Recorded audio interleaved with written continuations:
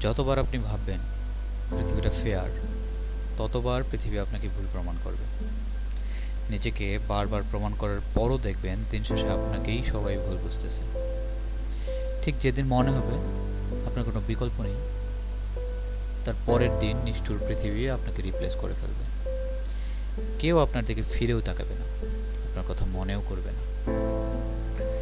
নিজেকে উজাড় করে দিয়ে কাউকে ভালোবাসার পর দেখবেন ওই মানুষটার মনে আপনার জন্য এক বিন্দু মায়াও জন্মেনি।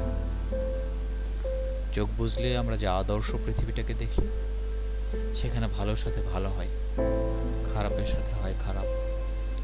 ভালো কাজ করা মানুষগুলো পুরস্কার পায়, আর আঘাত দেওয়া মানুষগুলো কর্মফল হিসেবে ভীষণ কষ্ট পায়। একদিন আমরা টের পাই আদর্শ পৃথিবী বলে আসলে কিছু নেই।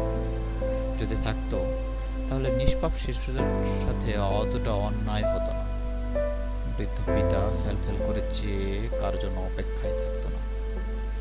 নিরপরাধ মানুষটা জীবন অমন দুঃখের মতো হতো না।